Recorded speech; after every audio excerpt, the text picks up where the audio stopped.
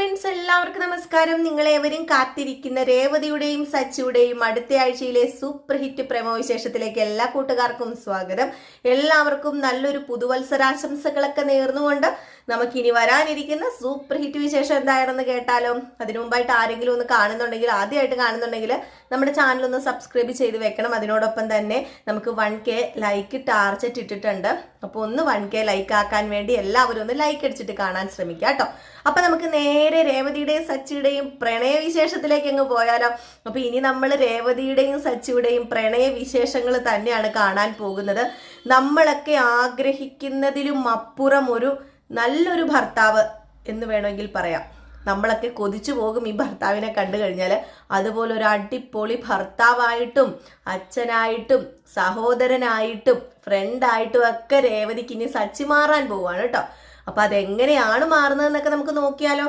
ഏതായാലും നിങ്ങൾ ഏകദേശം കഥയൊക്കെ മനസ്സിലാക്കി പൊക്കോണ്ടിരിക്കുകയാണ്. അമ്പലത്തിലേക്ക് ചെന്നിട്ടുള്ള ഭാഗങ്ങളൊക്കെ ഞാൻ ഇന്നലെ ഇട്ടിട്ടുണ്ടായിരുന്നു. അപ്പൊ ഇന്നലത്തെ എപ്പിസോഡ് നിങ്ങളൊന്ന് കയറി കണ്ടു നോക്കണം കേട്ടോ. അപ്പൊ അതിന്റെ ബാലൻസ് ആയിട്ടാണ് ഞാൻ പറയുന്നത്. അങ്ങനെ അമ്പലത്തിൽ നിന്നൊക്കെ തിരിച്ചു വന്നു. നമ്മുടെ രേവതി സച്ചിയോട് സങ്കടങ്ങളും ദുഃഖങ്ങളും ഒന്നും പറഞ്ഞില്ല. ഭഗവാന്റെ മുമ്പിൽ എല്ലാം ഇറക്കി വെച്ചു. പക്ഷേ നമ്മുടെ സച്ചിക്ക് മനസ്സിലായി എന്തോ പ്രശ്നമുണ്ട്, ചന്ദ്ര എന്തോ പറഞ്ഞിട്ടുണ്ടെന്ന്. അപ്പൊ അതിന്റെ പേരിൽ ചന്ദ്രനെ വന്ന് കുറെ ചോദ്യമൊക്കെ ചെയ്തെങ്കിലും ചന്ത അതൊന്നും അറിയാതെ ചന്താന്ന് വരെ വായി വന്നു കേട്ടോ. നമ്മുടെ ചന്ദ്രനെ എങ്ങനെ വരാതിരിക്കും, ഒരു ചന്ത ലുക്കല്ല, ചന്ത സ്വഭാവമാണല്ലോ. അപ്പൊ അതുകൊണ്ട് തന്നെ നമ്മുടെ ചന്ദ്രയോട് തിരിച്ചു മറിച്ച് നോക്കിയിട്ട് ചന്ദ്ര പറഞ്ഞു എനിക്കൊന്നും അറിയത്തില്ലെന്ന് പറഞ്ഞ് കൈ മലത്തി കാണിച്ചു. ഏതായാലും നമ്മുടെ രേവതിനെ അവിടെ ആക്കിയിട്ട് സച്ചി അങ്ങ് പോയി കേട്ടോ. ഏതായാലും സച്ചി അങ്ങ് പോയി കഴിഞ്ഞപ്പോഴത്തേക്കും നമ്മുടെ ചന്ദ്ര ആയിക്കോട്ടെ ശ്രുതിനെ കൂട്ടിക്കൊണ്ട് മാർക്കറ്റിലോ എന്തോ പലിശ കൊടുക്കാനോ ഒക്കെ അങ്ങ് പോയി. അത് കഴിഞ്ഞിട്ട് ഒരു തിരിച്ചുവരവ് വന്നു നമ്മുടെ ചന്ദ്ര തിരിച്ചു വന്നു കഴിഞ്ഞപ്പോഴത്തേക്കും ഭയങ്കര വിശന്ന് പൊരിഞ്ഞാട്ടോ വന്നത്. ചന്ദ്രയും ഉണ്ട് ശ്രുതിയും ഉണ്ട്. അപ്പം ശ്രുതി പറഞ്ഞു അമ്മ എനിക്ക് നല്ല വിശപ്പുണ്ട്, പെട്ടെന്ന് നമുക്ക് ഭക്ഷണം കഴിക്കാന്ന് പറഞ്ഞ് നേരെ അടുക്കളയിലേക്ക് പോയി. ചന്ദ്രയാണ് അടുക്കളയിലേക്ക് ചെന്നത്. അടുക്കളയിൽ ചെന്ന് ഭക്ഷണങ്ങളൊക്കെ നോക്കിയപ്പോഴത്തേക്കും ഒന്നും അവിടെ ഇരിപ്പില്ല. നമ്മുടെ രേവതി പനിച്ച് വിറച്ച് തുള്ളി കിടക്കുവാണ് കേട്ടോ. അപ്പൊ ആ ഒരു സിറ്റുവേഷനാണ്. മനസ്സുകൊണ്ടും ശാരീരികമായിട്ടും ഒക്കെ തളർന്നു പോയി നമ്മുടെ രേവതി. അപ്പൊ അതുകൊണ്ട് തന്നെ പനിച്ചു വിറച്ച് കിടക്കുന്ന രേവതി അങ്ങനെ ആയതുകൊണ്ട് ഭക്ഷണമൊന്നും ഉണ്ടാക്കിയില്ല. ഭക്ഷണമൊന്നും ഉണ്ടാക്കാത്തത് കൊണ്ട് തന്നെ ചന്ദ്ര അങ്ങോട്ട് ചെന്നില്ല ഉടവാളുമായിട്ട്. എടി രേവതി എന്ന് വിളിച്ചോണ്ടാ ചെന്നത്. അപ്പൊ രേവതി അങ്ങ് മയങ്ങിപ്പോയി. അപ്പൊ ആദ്യം വിളിച്ചപ്പോഴൊന്നും വിളി കേട്ടില്ല. രണ്ടാമത് എടി രേവതി എന്ന് വിളിച്ചു. അപ്പൊ പതുക്കെ എണീറ്റിട്ട് എന്താ അമ്മയെന്ന് ചോദിച്ചപ്പം എടി നീ എന്താടി ഇവിടെ ഒരു ഭക്ഷണം ഉണ്ടാക്കിയില്ലെന്ന് ചോദിച്ചു. അതമ്മേ ഞാനൊന്നും ഉണ്ടാക്കാത്തത് എനിക്ക് വല്ലാതെ എന്തോ ശരീരത്തിനൊക്കെ ആകുമൊത്തം വേദനയും ഒരു വിറയും ഒക്കെയാണ്, അതുകൊണ്ട് ഞാനൊന്ന് കിടന്നു പോയതാന്ന് പറഞ്ഞു. വെച്ചി എണീക്കടി, നിന്നോരാരടി പറഞ്ഞ് ഈ ഉച്ച സമയത്ത് കയറി കിടക്കാൻ, മര്യാദയ്ക്ക് പോയി ഭക്ഷണം ഉണ്ടാക്കാനാ പറഞ്ഞത്. ഇവിടെ മനുഷ്യൻ വിശന്ന് വലഞ്ഞു വന്നിട്ട് എൻ്റെ ശ്രുതിമോൾക്ക് വിശപ്പ് സഹിക്കാൻ പറ്റുന്നില്ല, പോയി ഉണ്ടാക്കടി എന്ന് പറഞ്ഞു. അങ്ങനെ നമ്മുടെ രേവതി എന്ത് ചെയ്യാനാണ്, അവിടെ നിന്ന് ഇറങ്ങി പിറക്കി എണീറ്റ് ഒരു എന്താ പറയുക, നമുക്ക് അത്രയ്ക്ക് പാവം തോന്നും രേവതിനെ കണ്ടു കഴിഞ്ഞാൽ. അത്രയ്ക്ക് ശാരീരികമായിട്ടും മാനസികമായിട്ടൊക്കെ തളർന്ന് പനി പിടിച്ച് ഇരിക്കുന്ന നമ്മുടെ രേവതി അത്രയ്ക്ക് ബുദ്ധിമുട്ടിയാണ് അടുക്കള വരെ ഒന്ന് ചെല്ലുന്നത്. അങ്ങനെ ഇരുന്നും നിന്നും നടന്നും ഒക്കെ ആയിട്ട് എങ്ങനെയൊക്കെയോ ഭക്ഷണം ഉണ്ടാക്കി. അങ്ങനെ ഭക്ഷണമൊക്കെ ഉണ്ടാക്കിയിട്ട് പതുക്കെ അരി ഇടണമല്ലോ, കറിയൊക്കെ ഉണ്ടാക്കി. അപ്പൊ അരി ഇടണമെങ്കിൽ നമ്മുടെ ചന്ദ്ര വരണം. ചന്ദ്ര എടുത്ത് അളന്ന് കൊടുത്താലല്ലേ അരി ഇടാൻ പറ്റത്തുള്ളൂ. അങ്ങനെ ചന്ദ്രയോട് പതുക്കെ അരി ഒന്ന് അളന്ന് തരാൻ പറയാൻ ചെന്നപ്പോൾ ഇവര് നോക്കിയപ്പോൾ ഇരുന്ന് ഭയങ്കര ചിരിയും കളിയും ഒക്കെ. നമ്മുടെ ചന്ദ്രയും ശ്രുതിയും കൂടി ഇരുന്ന് എന്തൊക്കെയോ ഭയങ്കര പൊട്ടി ചിരിയും കളിയൊക്കെ. ഒന്ന് ഓർത്ത് നോക്കണം. പനി പിടിച്ച് കിടക്കുന്ന നമ്മുടെ രേവതി അടുക്കളയിൽ കിടന്ന് ബുദ്ധിമുട്ടി വരുമ്പോൾ രേവതി കാണുന്ന കാഴ്ച ഇതാണ്. ചങ്ക് തകർന്നു പോവില്ലേ? ഒരു സ്ത്രീയല്ലേ, ഒന്നെങ്കിലും അവരും ഒരു സ്ത്രീയല്ലേ, അതൊന്നും മനസ്സിലാക്കണ്ടേ. ഏതായാലും അതൊന്നും മനസ്സിലാക്കൂല ചന്ദ്രയും ശ്രുതി. അപ്പോഴത്തേക്കും ചന്ദ്രയോട് പറഞ്ഞു അമ്മേ എനിക്ക് അരി എടുത്തു തരണം എന്ന് പറഞ്ഞപ്പം അരി എടുത്തു തരാൻ വേണ്ടിയാണോ നീ ഇങ്ങോട്ടേക്ക് വന്നത്? അല്ലെങ്കിലും നീ അങ്ങനെയാണല്ലോ, ഞങ്ങൾക്ക് കുറച്ചു നേരം സ്വസ്ഥമായിട്ട് ഇരിക്കാൻ സമ്മതിക്കത്തില്ലല്ലോ നീ. ഞങ്ങൾ എന്തെങ്കിലും പറഞ്ഞ് സംസാരിച്ചുകൊണ്ടിരിക്കുന്ന കണ്ടപ്പോൾ നിനക്ക് കുശുമ്പ് കയറി കാണൂലേ, അതുകൊണ്ടായിരിക്കും അല്ലേടി എന്ന് പറഞ്ഞപ്പോൾ അയ്യോ അല്ല അമ്മയല്ലേ പറഞ്ഞത് അരി അമ്മ തന്നിട്ടേ ഇടാവുള്ളെന്ന്. നിക്കി ഞാൻ വരുവാന്ന് പറഞ്ഞു. ഏതായാലും കുറച്ചു നേരം കഴിഞ്ഞാൽ നമ്മുടെ ചന്ദ്ര വരുന്നത്. വിളിച്ച ആ സമയത്തൊന്നും വന്നില്ല. അത്രയോ നേരം അടുക്കളയെ കുത്തിയിരുന്നു നമ്മുടെ രേവതി. അങ്ങനെ അരിയൊക്കെ വന്ന് ഇട്ട് കൊടുത്ത് ഒരു വിധത്തിൽ ഭക്ഷണമൊക്കെ ഉണ്ടാക്കി വെച്ചിട്ട് നമ്മുടെ രേവതി അങ്ങോട്ട് പോയിരുന്നു. കുറച്ചേരം ഇരിക്കാന്ന് പറഞ്ഞ് പോയിരുന്നു. അപ്പോഴത്തേക്കും ചന്ദ്ര വന്നിട്ട് ഇതുവരെ ഭക്ഷണം ഉണ്ടാക്കി എടീന്ന് ചോദിച്ചു. നീ എന്താ ഇവിടെ വന്നിരിക്കുന്നതെന്ന് വെച്ചപ്പോൾ അതമ്മേ ഭക്ഷണം ഉണ്ടാക്കി വെച്ചിട്ടുണ്ട്, അത് പിന്നെ വിളമ്പി തരില്ലേ നീ? ഞങ്ങൾ തന്നെ വിളമ്പി തിന്നണോ? മര്യാദയ്ക്ക് ഡൈനിങ് ടേബിൾ എടുത്ത് എല്ലാം കൊണ്ട് വെച്ചിട്ട് വിളമ്പി മര്യാദയ്ക്ക് വെച്ചോളാൻ പറഞ്ഞു. പാവം രേവതി എന്ത് ചെയ്യാൻ അവിടെ നിന്ന് വീണ്ടും എണീറ്റ് വിയർത്ത് കുളിച്ച് എന്താ പറയുക, വല്ലാത്തൊരു അവസ്ഥയാണ്. സത്യം പറയട്ടെ, നമുക്ക് കാണുമ്പോൾ സങ്കടം തോന്നുന്നുണ്ടോ? നിങ്ങൾക്കും സങ്കടം തോന്നും. അപ്പൊ ആ ഒരു അവസ്ഥയിൽ എല്ലാം ഡൈനിങ് ടേബിളിൽ വെച്ചു കൊടുത്തിട്ട് നമ്മുടെ രേവതി കിടക്കാൻ പോയി. രേവതിയോട് കഴിക്കുന്നുണ്ടോന്നോ രേവതി ഇവിടെ ഇരിക്കുന്നുണ്ടോന്നോ ഒന്നും ചോദിച്ചില്ല. അപ്പോഴാണ് നമ്മുടെ ശ്രുതിക്ക് ബോധോദയം ഉണ്ടായി. ശ്രുതി ചോദിച്ചു, അല്ലമ്മേ രേവതി കഴിച്ചില്ലല്ലോ. അവള് കഴിക്കാനോ? അവള് കഴിച്ചിട്ടങ്ങനെ നമ്മൾ കഴിക്കാനിരുന്ന എൻ്റെ പൊന്നു മോളെ നമുക്കൊന്നും കിട്ടത്തില്ല. അവളൊരു ആർത്തിപ്പണ്ടാരോ, അവള് മൊത്തം വലിച്ചു കയറ്റും. അതുകൊണ്ട് നമ്മളൊക്കെ തിന്നു കഴിഞ്ഞിട്ട് അവള് തിന്നാൻ മതി എന്ന് പറഞ്ഞു. ഇത് കേട്ടോണ്ടാട്ടോ നമ്മുടെ രേവതി പോകുന്നത്. രേവതിക്ക് കരയാൻ പോലുമുള്ള ശേഷിയില്ല. അതുപോലത്തെ ഒരു അവസ്ഥയിലാണ് രേവതി ഉള്ളത്. അങ്ങനെ രേവതി പോയി കിടന്നു. അങ്ങനെ രേവതി പോയി കിടക്കാണ് കേട്ടോ. കിടക്കുന്ന സമയത്ത് ഇവിടെ ആഹാരമൊക്കെ കഴിച്ചുകൊണ്ടിരിക്കുകയാണ്.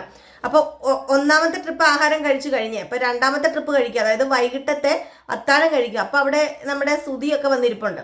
അപ്പൊ സുതിയൊക്കെ വന്ന് ഇവരെ ഭക്ഷണമൊക്കെ കഴിക്കുന്നു, വർത്താനമൊക്കെ പറഞ്ഞ്. അപ്പം ശ്രുതി ചോദിക്കുന്നുണ്ട്, അല്ലമ്മേ അച്ഛനെ വിളിക്കണ്ടേന്ന് ചോദിച്ചപ്പം അങ്ങേര് യൂണിയൻ ഓഫീസിൽ പോയിട്ട് കഴിച്ചിട്ടാ വന്നത്, അതുകൊണ്ട് കുഴപ്പമൊന്നും ഇല്ലാന്ന് പറഞ്ഞു. അപ്പം വീണ്ടും ചോദിച്ചു, നമ്മുടെ രേവതീനെ വിളിക്കണ്ടേന്ന് ചോദിച്ചു ശ്രുതി. ദേ മോളെ, ഞാൻ നിന്നോട് പറഞ്ഞതല്ലേ, അവളോട് പ്രത്യേകിച്ച് അനുകമ്പയും സ്നേഹവും കരുണയും ഒന്നും കാണിക്കേണ്ട കാര്യമില്ല. ഇവൾമാരൊക്കെ ആരാ മൈൻഡ് ചെയ്യുന്നത്? അതുകൊണ്ട് മോള് കഴിച്ചിട്ട് പോ, നീ നിന്റെ കാര്യം നോക്കാൻ പറഞ്ഞപ്പോ ശ്രുതിയും പറഞ്ഞു, അതെ എന്റെ പൊന്നു ശ്രുതി, നീ കഴിക്കേ, നമുക്കല്ലേ വിശപ്പ്. അപ്പൊ അവരിങ്ങനെ കഴിച്ചുകൊണ്ടിരിക്കുന്നു സന്തോഷത്തോടു കൂടി. അപ്പോഴാണ് സച്ചി രേവതി എന്ന് വിളിച്ചോണ്ട് വരുന്നത്. ഏതായാലും രേവതി എന്ന് വിളിച്ചോണ്ട് അപ്പൊ സച്ചി കണ്ട കാഴ്ച എന്ന് പറഞ്ഞാല് ഇവരെല്ലാരും ഇവിടെ ഇരുന്ന് കൂടി ഭക്ഷണം കഴിക്കുന്നു. ഓക്കെ, കുഴപ്പമില്ല. ഏതായാലും രേവതിയുടെ അടുത്തേക്ക് ചെന്നപ്പോഴത്തേക്ക് രേവതി പനിച്ചു വിറച്ച് തുള്ളി കിടക്കുക. അപ്പൊ രേവതി, നിനക്ക് എന്താ പറ്റിയത്? എന്താ ശരീരത്തിന് എന്തെങ്കിലും കുഴപ്പമുണ്ടോ എന്ന് പറഞ്ഞ് തൊട്ട് നോക്കിയപ്പോഴത്തേക്കും ചൂട് പൊള്ളുക, പനിയുണ്ട്. അതുപോലെ തന്നെ ശരീരമൊക്കെ ആകെ തളർന്നിരിക്കുകയാണ്. നീ എന്താ ഭക്ഷണം വല്ലതും കഴിച്ചോന്ന് ചോദിച്ചപ്പോൾ ഇല്ല, എനിക്കിപ്പം വേണ്ടാന്ന് പറഞ്ഞു. ഇപ്പം വേണ്ടെന്നോ? അല്ല നിനക്ക് എന്ത് പറ്റിയിടീന്ന് ചോദിച്ചപ്പം എനിക്കറിയില്ല, എനിക്ക് വല്ലാത്ത ശരീരത്തിനൊക്കെ ഒരു ക്ഷീണമാന്ന് പറഞ്ഞു. ഓഹോ, അപ്പം നിനക്ക് ഇങ്ങോട്ടൊരു ഭക്ഷണം കൊണ്ടുതരാൻ പോലുള്ള മനസ്സാർക്കും ഉണ്ടായില്ലല്ലേ എന്നും പറഞ്ഞ് നമ്മുടെ സച്ചു അങ്ങോട്ട് ചെന്നിട്ട് മതി, ഇവിടെ കഴിക്കലും പറക്കലൊക്കെ നിർത്തിക്കോളാൻ പറഞ്ഞു. അപ്പൊ ചന്ദ്ര ചോദിച്ചു, എന്നാടാന്ന് ചോദിച്ചു, നിനക്ക് എന്തിന്റെ സൂക്കേടാടാ? എന്റെ വീട്ടിൽ ഞാൻ എപ്പോൾ കഴിക്കണം എന്നൊക്കെ ഞാനാ തീരുമാനിക്കുന്നത്. അതെ, ഇത് നിങ്ങളുടെ വീടൊക്കെ ആയിരിക്കാം. നിങ്ങളുടെ വീടാണെങ്കിൽ ഇത് എൻ്റെ അച്ഛൻ്റെ വീടും കൂടിയാ. അച്ഛൻ്റെ വീടെന്ന് പറഞ്ഞാൽ എൻ്റെ വീടും കൂടിയാ. ഈ വീട്ടില് വെച്ചുണ്ടാക്കി വെക്കുന്ന ഒരാളുണ്ട്, അത് നിങ്ങൾ മറന്നുപോയി. നിങ്ങൾക്ക് മനസാക്ഷി ഒന്നുമില്ല. നിങ്ങളൊരു സ്ത്രീയാണോ? എൻ്റെ പൊന്ന് പൗഡറേടത്തി ഒരു സ്ത്രീയാണോ? പൗഡറേടത്തി എങ്കിലും ഒന്ന് മനസ്സിലാക്കണ്ടേ? നിങ്ങളും അമ്മയോടൊപ്പം താളം തുള്ളേണ്ട വല്ല കാര്യമുണ്ടോ? ഒരുത്തി അവിടെ കിടന്ന് കഷ്ടപ്പെട്ട് പണിയെടുത്ത് രാവിലെ മുതൽ വൈകിട്ട് വരെ നിങ്ങൾക്ക് വെച്ചു വിളമ്പി തരുന്നതാ. അവള് കഴിച്ചോ കുടിച്ചോ എന്ന് നിങ്ങൾ ചോദിച്ചോ? ഇല്ലല്ലോ. അതും വയ്യാതെ കിടക്കുന്ന ഒരാളാണെന്ന് ഓർത്തോണം. എന്തിന് നിങ്ങളൊക്കെ ജീവിച്ചിരിക്കുന്നു? നാണമുണ്ടോ അമ്മയ്ക്ക് എന്നൊക്കെ ചോദിച്ചു കഴിഞ്ഞപ്പോഴത്തേക്കും, പിന്നെ ഞാൻ നാണമില്ലാതിരിക്കാൻ ഇവിടെ തുണിയില്ലാതിരിക്കുമെന്നോ അല്ലല്ലോ, എനിക്കിപ്പം അവക്ക് വെച്ച് ഊട്ടി വിളമ്പി കൊടുക്കേണ്ട കാര്യമൊന്നുമില്ല എന്ന് പറഞ്ഞപ്പോഴത്തേക്കും, എന്നാ പിന്നെ നിങ്ങൾ കഴിക്കേണ്ടതെന്ന് പറഞ്ഞ് നമ്മുടെ സച്ചി അവിടെ ഇരുന്ന് എല്ലാം കൊണ്ട് തട്ടി അങ്ങോട്ട് തീർപ്പിച്ചു കേട്ടോ. എന്നിട്ട് നമ്മുടെ ശ്രുതിക്കിട്ടൊരു തട്ടും കൊടുത്തിട്ടാണ് അടുക്കളയിലേക്ക് പോയത്. അപ്പൊ ശ്രുതി പറഞ്ഞു, എന്തിനാ അമ്മ എപ്പോഴും ഇങ്ങനെ ശ്രുതിക്കിട്ട് ഇങ്ങനെയൊക്കെ കാണിക്കുന്ന, അടിക്കുകയൊക്കെ ചെയ്യുന്നത്? അവന്റെ സ്വഭാവം അങ്ങനെയാ മോളെ, അതൊന്നും മൈൻഡ് ചെയ്യണ്ട. അതല്ല ഇവൻ മൈൻഡ് ചെയ്യാതിരിക്കുന്നത്. ബുദ്ധിയുള്ളവരും മിണ്ടാതിരിക്കുക, അത്രേ ഉള്ളൂ. അവൻ ഇങ്ങനെ വായിട്ട് വള എന്നൊക്കെ പറഞ്ഞുകൊണ്ടിരിക്കും. നമ്മൾ മൈൻഡ് ചെയ്യാതിരുന്നാൽ മതി എന്ന് പറഞ്ഞു. ഏതായാലും നമ്മുടെ സച്ചി അടുക്കളയിൽ ചെന്നിട്ട് രേവതിക്ക് ഭക്ഷണമൊക്കെ എടുത്തു കൊടുക്കാൻ വേണ്ടി ചെല്ലുവാണ്. അപ്പൊ രേവതിക്ക് പനി ഉള്ളത് കൊണ്ട് ചുക്ക് കാപ്പി ഇട്ട് കൊടുക്കാന്നാണ് നമ്മുടെ സച്ചി വിചാരിക്കുന്നത്. പക്ഷെ എവിടെ നിന്ന് ചുക്ക് കാപ്പി ഇടാൻ അറിയത്തില്ലാത്തതുകൊണ്ട് കൂട്ടുകാരനെ വിളിച്ച് ചോദിച്ചിട്ട് ചുക്ക് കാപ്പിയൊക്കെ ഇട്ടുകൊണ്ട് നേരെ ചെല്ലുകയാണ് രേവതിയുടെ അടുത്തേക്ക്. അങ്ങനെ രേവതിയുടെ അടുത്തേക്ക് നേരെ ചെന്നു ചുക്ക് കാപ്പി കൊടുത്തപ്പോൾ രേവതി ഛർദ്ദിച്ചു കേട്ടോ. അപ്പൊ ഛർദ്ദിച്ചുകൊണ്ട് തന്നെ നമ്മുടെ രേവതിയുടെ അടുത്ത് പെട്ടെന്ന് ചെന്ന് ഇങ്ങനെ പുറമൊക്കെ തിരുമ്മി കൊടുക്കുകയാണ്. പുറമൊക്കെ തിരുമ്മി കൊടുത്തിട്ട് എന്താ പറ്റിയത്? അത് ഞാൻ രാവിലെ മുതൽ ഭക്ഷണം കഴിച്ചിട്ടില്ല, അപ്പൊ അതുകൊണ്ടാണ് എനിക്ക് ഛർദ്ദിക്കാൻ വന്നത് എന്നിങ്ങനെ പറഞ്ഞപ്പോ, ഇപ്പൊ രാവിലെ മുതൽ നീ ഒന്നും കഴിച്ചില്ലേ? ഇല്ല, എനിക്കിവിടെ എണീറ്റ് പോകാനുള്ള ശേഷി പോലും ഇല്ലായിരുന്നു, പിന്നെ എങ്ങനെയാണ് ഞാൻ കഴിക്കുന്നതെന്ന് പറഞ്ഞപ്പോ, ആണോ എങ്കിൽ നീ നിൽക്കിതെന്ന് നേരത്തെ പറയണ്ടായിരുന്നു എന്ന് പറഞ്ഞ് നേരെ സച്ചി പോയി ഭക്ഷണമൊക്കെ എടുത്തോണ്ട് വരികയാണ്. അപ്പൊ ഭക്ഷണമൊക്കെ എടുത്തോണ്ട് വരും. ഇപ്പൊ ഇതൊക്കെ കാണുന്നുണ്ട് ശ്രുതിയും ചന്ദ്രയും കൂടെ. ഇതൊക്കെ കണ്ടിട്ട് കലി തുള്ളി നിൽക്കുകയാണ് കേട്ടോ. കാരണം നമ്മുടെ രേവതിനെ പരിചരിക്കുന്നത് ഒട്ടും ഇഷ്ടമല്ലല്ലോ ചന്ദ്രയ്ക്ക്. അപ്പം അത് കണ്ടിട്ട് ദേഷ്യപ്പെട്ടാണ് നിൽക്കുന്നത്. അങ്ങനെ നമ്മുടെ രേവതിക്ക് ഭക്ഷണമൊക്കെ ഇങ്ങനെ പതിയെ വാരി കൊടുത്തു ഊട്ടുകയാണ്. ഇത് കണ്ടു കഴിഞ്ഞപ്പോഴത്തേക്ക് നമ്മുടെ രേവതിക്ക് സത്യം പറഞ്ഞ സങ്കടം വന്നപ്പം രേവതിയോട് പറയുന്നുണ്ട്, എൻ്റെ അച്ഛൻ ഇങ്ങനെയാ, ഞാൻ വന്നിങ്ങനെ കള്ളൊക്കെ കുടിച്ചിട്ട് വരുന്ന ആ ഒരു സമയത്ത് എൻ്റെ അച്ഛൻ ഇങ്ങനെ വാരി തരുവാന്ന് പറഞ്ഞപ്പോൾ രേവതിയുടെ കണ്ണൊക്കെ അങ്ങ് വല്ലാണ്ടങ്ങ് നിറഞ്ഞു കേട്ടോ. വല്ലാണ്ടങ്ങ് നിറഞ്ഞ ആ ഒരു അവസ്ഥയിൽ നമ്മുടെ രേവതി നേരെ സച്ചിനെ അങ്ങ് കെട്ടിപ്പിടിക്കുകയാണ്. സച്ചിനെ അങ്ങോട്ട് ഉറുക്കെ കെട്ടിപ്പിടിച്ചു കേട്ടോ. ഇത് കണ്ടപ്പോൾ സച്ചിക്കും സങ്കടമായപ്പം രേവതി പറഞ്ഞു, എനിക്ക് ഓർമ്മ വന്നത് എൻ്റെ അച്ഛനെയാണ്. എൻ്റെ അച്ഛനും അമ്മയൊക്കെ ഇങ്ങനെയൊക്കെ, എനിക്ക് എന്തെങ്കിലും ഒരു അസുഖം വന്നു കഴിഞ്ഞാൽ ഇങ്ങനെയൊക്കെ ചെയ്യുമായിരുന്നു. പക്ഷേ എനിക്ക് ഇനി അങ്ങനെ ഒരു ഭാഗ്യം കിട്ടില്ലെന്നാണ് ഞാൻ വിചാരിച്ചത്. പക്ഷേ എനിക്ക് ഇങ്ങനെ ഒരു ഭാഗ്യം കിട്ടിയല്ലോ. എൻ്റെ അച്ഛൻ്റെ സ്ഥാനത്ത് തന്നെ ഇപ്പം നിങ്ങൾ എന്നിങ്ങനെ പറഞ്ഞപ്പോഴത്തേക്കും നമ്മുടെ സച്ചിക്കും സങ്കടമായിട്ടോ. സച്ചി അങ്ങോട്ട് രേവതിനെ അങ്ങോട്ട് കെട്ടിപ്പിടിച്ചില്ലേ. സച്ചി കെട്ടിപ്പിടിച്ചിട്ട് ആ കൈ രണ്ടും കൂടെ ആ മുഖത്തിൽ അങ്ങോട്ട് ചേർത്ത് പിടിച്ച് നെറ്റിയിൽ ഒരു ഉമ്മ കൊടുത്തു കേട്ടോ. നിങ്ങൾ ഓർക്കുന്നുണ്ടായിരിക്കും ഞാൻ നുണ പറയുന്നതെന്ന്. നുണയല്ല, ഞാൻ കഴിഞ്ഞ ദിവസം ഇതുപോലത്തെ കുറച്ച് റൊമാൻസ് സീനുകൾ പറഞ്ഞപ്പം നിങ്ങളെല്ലാവരും പറഞ്ഞു ഇങ്ങനെയൊക്കെ വല്ലതും നടക്കുമോ എൻ്റെ പൊന്നു ചിന്നുവേ എന്ന് ചോദിച്ചവരുണ്ട്. അവരോട് പ്രത്യേകം എടുത്ത് പറയാം, ഇത് നടക്കും. നിങ്ങൾ കാണുകയും ചെയ്യും കേട്ടോ. നിങ്ങൾ കാണുകയും ചെയ്യും, നിങ്ങളുടെ കണ്ണ് നിറയുകയും ചെയ്യും. അങ്ങനെ വാരി കോരി എടുത്ത് നെറ്റിയിൽ ഒരു ചുംബനമൊക്കെ കൊടുത്തിട്ട് അങ്ങ് കെട്ടിപ്പിടിക്കുകയാണ്.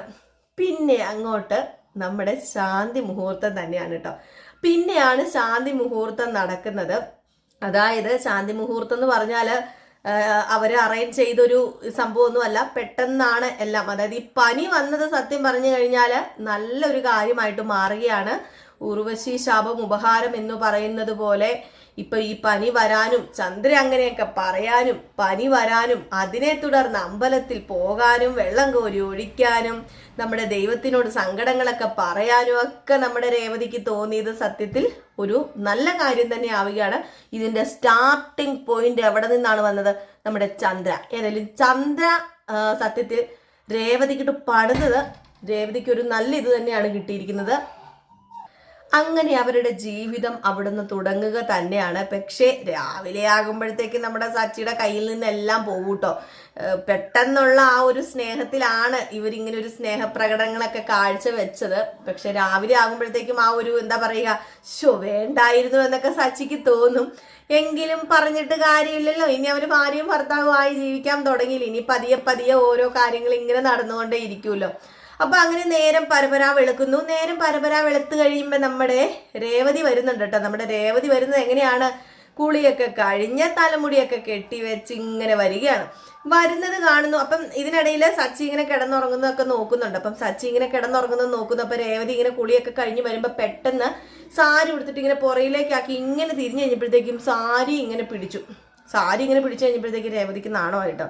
അങ്ങനെയാണല്ലോ രാവിലെയൊക്കെ ആകുമ്പോഴത്തേക്കും അവരുടെ ഫസ്റ്റ് നൈറ്റ് ഒക്കെ കഴിഞ്ഞിട്ട് ആ ഒരു ഇത് കഴിഞ്ഞിട്ട് രാവിലെ ആകുമ്പോഴത്തേക്കും നമ്മുടെ സച്ചി പുറകിൽ ഇങ്ങനെ സാരി പിടിച്ച് ഇങ്ങനെ വലിക്കുന്നു, രേവതിയുടെ കൈ പിടിച്ച് കട്ടിലേക്ക് ഇടുന്നു. അങ്ങനെയൊക്കെ ഒരു സീനും നമ്മുടെ രേവതിയും പ്രതീക്ഷിക്കും, നമ്മളും പ്രതീക്ഷിക്കും. പക്ഷെ അത് നമ്മൾ പ്രതീക്ഷിക്കേണ്ട. സച്ചി അല്ല പിടിച്ചത്. കട്ടിലിന്റെ സൈഡിൽ ഒരു ചെറിയൊരു എന്താ പറയുക, ഒരു സ്ക്രൂ ഉണ്ടല്ലോ, ആ ഒരു നട്ടും ബോൾട്ടൊക്കെ ആ സംഭവത്തെ കയറി സാരിയുടെ നൂല് കുരുങ്ങിയതായിരുന്നു. അങ്ങനെ പെട്ടെന്ന് ഇങ്ങനെ നോക്കി കഴിയുമ്പോൾ ഒരുപാട് പ്രതീക്ഷയോട് കൂടിയാട്ടോ നമ്മുടെ രേവതി തിരിഞ്ഞു നോക്കിയത്. ദൈവമേ സച്ചി ഒന്ന് പിടിക്കണേ, സച്ചി സാരിയിലൊന്ന് പിടിച്ചേക്കണേ എന്ന് ഓർത്തങ്ങാണ്ടൊക്കെയാണ് നോക്കിയത്. കാരണം രാവിലെയൊക്കെ ആയല്ലോ. അപ്പൊ ഇന്നലത്തെ ആ ഒരു ഹാങ് ഓവറൊക്കെ ഉണ്ടല്ലോ. അപ്പൊ അതുകൊണ്ട് നമ്മുടെ രേവതി ഒന്ന് പ്രതീക്ഷിച്ചു. പക്ഷെ തിരിഞ്ഞു നോക്കി കഴിഞ്ഞപ്പോഴത്തേക്കും സച്ചി കൂർക്ക വലിച്ച് കിടന്നുറങ്ങാണ്. അവിടെ പിടുത്തം വീണത് കട്ടിലിന്റെ ആ ഒരു സ്ക്രൂവിലായിരുന്നു. അപ്പൊ ഏതായാലും രേവതിക്ക് എന്ന് വെച്ചാൽ കുഴപ്പമൊന്നുമില്ല. രേവതി ഒരു ചെറിയ പുഞ്ചിരിയോടൊക്കെ കൂടി തന്നെ ചിരിച്ചോണ്ട് അങ്ങ് നേരെ അടുക്കളയിലേക്ക് പോകാൻ തുടങ്ങണം. ഏതോ ഒരു സ്വപ്നലോകത്താണ് കേട്ടോ നമ്മുടെ രേവതി. ഒരുപാട് ആഗ്രഹിച്ച ദിവസമായിരുന്നു അത്.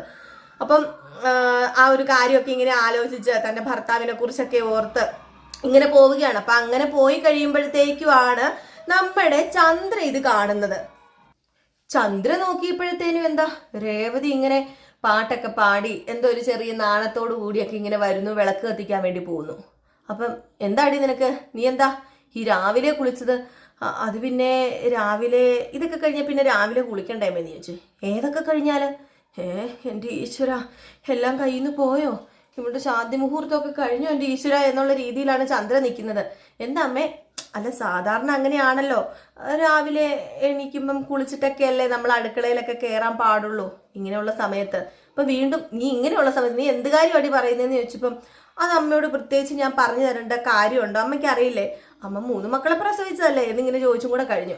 ഏതായാലും ഇതും കൂടെ ചോദിച്ചിട്ട് നമ്മുടെ രേവതി അങ്ങോട്ട് തിരിഞ്ഞ് നിന്നു കേട്ടോ, നടന്നു. അപ്പം നമ്മുടെ ചന്ദ്ര ചങ്കിൽ കൈവച്ചിട്ട് ഈശ്വര എല്ലാം പോയി, എല്ലാം കയ്യിൽ നിന്ന് പോയി. ഈ വീട്ടിലെ ആദ്യത്തെ കുഞ്ഞിക്കാല് എന്റെ സുതിമോന്റെ ആകണമെന്ന് ഞാൻ ഓർത്തതാ. ഇനിയിപ്പോൾ എല്ലാം കയ്യിൽ നിന്ന് പോകും ഈശ്വര എന്ന് പറഞ്ഞു. അങ്ങനെ വിളക്ക് കത്തിക്കാൻ വേണ്ടി പോയപ്പോഴത്തേക്കും ചന്ദ്ര പറഞ്ഞു, നീ വിളക്ക് കത്തിക്കണ്ട, നീ അങ്ങനെ വിളക്ക് കത്തിക്കേണ്ട കാര്യമില്ലെന്ന് പറഞ്ഞപ്പം എനിക്ക് മനസ്സിലായി അമ്മേ, വിളക്ക് കത്തിക്കണ്ടെന്ന് അമ്മ പറഞ്ഞത് എന്താണെന്ന് എനിക്ക് മനസ്സിലായി എന്ന് പറഞ്ഞപ്പോൾ എന്ത് മനസ്സിലായി? അല്ല ഈ സമയത്ത് വിളക്ക് കത്തിക്കാൻ അതുകൊണ്ടൊന്നും അല്ല ഞാൻ പറഞ്ഞത്. പിന്നെന്താ ഞാൻ വിളക്ക് കത്തിച്ചാൽ കുഴപ്പം? ഇവിടെ ഞാനല്ലേ ഇന്ന് വിളക്ക് കത്തിക്കാറുള്ളത്. നീ ഇന്ന് വിളക്ക് കത്തിക്കണ്ട. ഇനി മുതല് ഈ കുടുംബത്തില് നല്ലൊരു ഐശ്വര്യമുള്ള സ്ത്രീയുണ്ട്, എൻ്റെ പുതിയ മരുമകള്, അവള് കത്തിച്ചോളൂ എന്ന് പറഞ്ഞു.